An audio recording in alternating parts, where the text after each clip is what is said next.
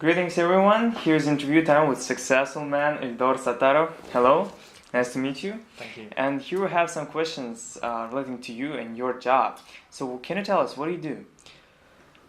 Well, I'm the founder of this language center and I teach myself. I do a lot of things. I motivate students, I motivate my colleagues.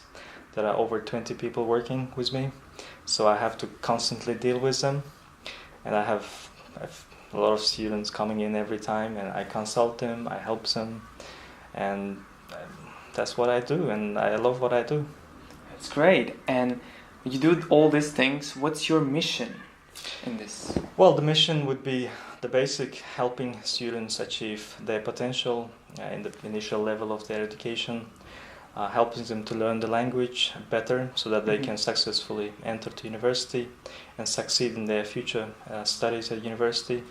Besides of teaching English, we also help students to, let's say, establish their independent learning skills, critical thinking skills, which are essential, I believe, at higher education, especially institutions such as the MDIS. Yeah, very, very crucial.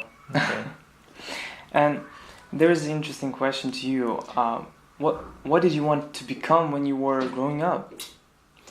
I always wanted to become a doctor. Really? And I don't know why, but it was my childhood passion and love. And when I saw the doctors helping people and patients getting well and you know, helping them in life, this motivated me a lot.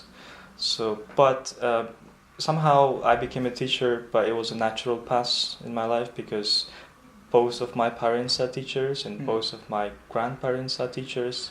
And that's basically how they know each other and how they got married.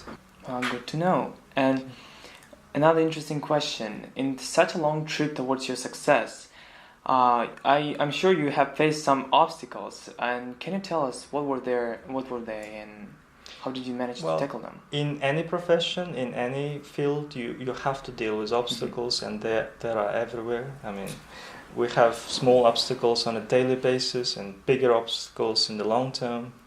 The daily obstacles would be perhaps working with teachers. Finding and employing qualified teachers is difficult nowadays. And again, obstacles would be dealing with, let's say, lazy students. I'm sure your students are not lazy, definitely. The bigger obstacles would be the market. The educational centers nowadays have spreading up, yes, and the competition is pretty high, and you really have to be, innovative and offering new things to students constantly. This could be sometimes a bit of a challenge. Yeah, that sounds pretty hard though. And what is your passion? What makes you going on? Well, my passion is education. It has always been education. I love studying myself, and I love learning every day. And I'm over 30 now, and I'm a still student. And I'm doing my master's degree at Webster University. Wow. And hopefully I might be doing in further education again later on. So again, now education, especially if you have something to offer young people and to help them in education, that's my passion. I love it, and especially love seeing the result of what I'm doing and seeing the success of young people moving forward in their life. In a way, you're not doing big thing, but you're doing a small kind of giving contribution in their life and giving helping hand. And this small thing can turn up into big success in their life when they go into higher education and successfully finish. And yeah, it's like seeding crops, right? It is indeed. Yeah. Here we heard so much, and we're here for exclusive thing. And I want you to share with us your methods, techniques, maybe some innovation things that you practice at your job. We use different methods and different, let's say, techniques. Lots of nowadays we have digital technology coming in. We try to use authentic materials from the internet, obviously, from YouTube, and lots of video materials in the class. And the one we're using now is published by Oxford University, the latest version. It involves a lot of communicative methods of learning, so students don't come here to learn grammar and do some tests, obviously. They communicate a lot in a real life kind of context. They listen a lot of authentic materials like the news from the let's say BBC or stuff like this. Yeah. And we do have such extra library for students so that they can use in their free time and learn more from like books. Practicing, yeah. Yeah, you heard that? That was exclusive. Thank you. You have something to share to methods or techniques? Techniques in terms of teaching. Or teaching or managing. Well, in terms of management, I think some people are born managers in some ways. They have this inner talent of working with people, but some people like to be managed.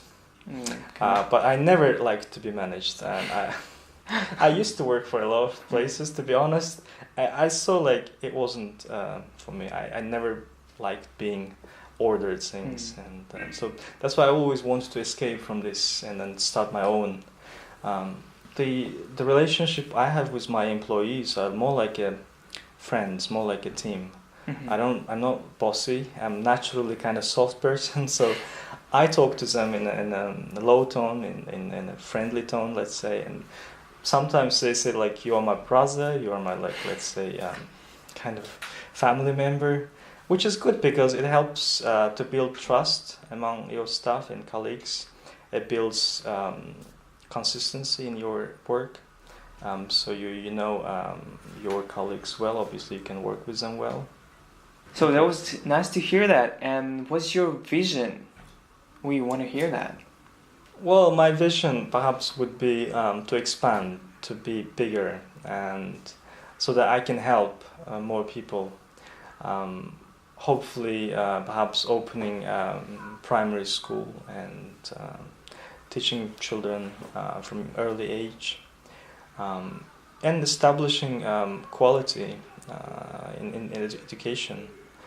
So that's my vision. It's good to hear that. Thank and you. Maybe there is anything you may wish to share with our audience in a successful trip.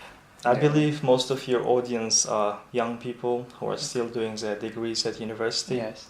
Well, my wish would be do your best in your studies, learn a lot, and don't limit yourself with the books that you have in your university. Learn more, because we need a lot of skills to succeed in life.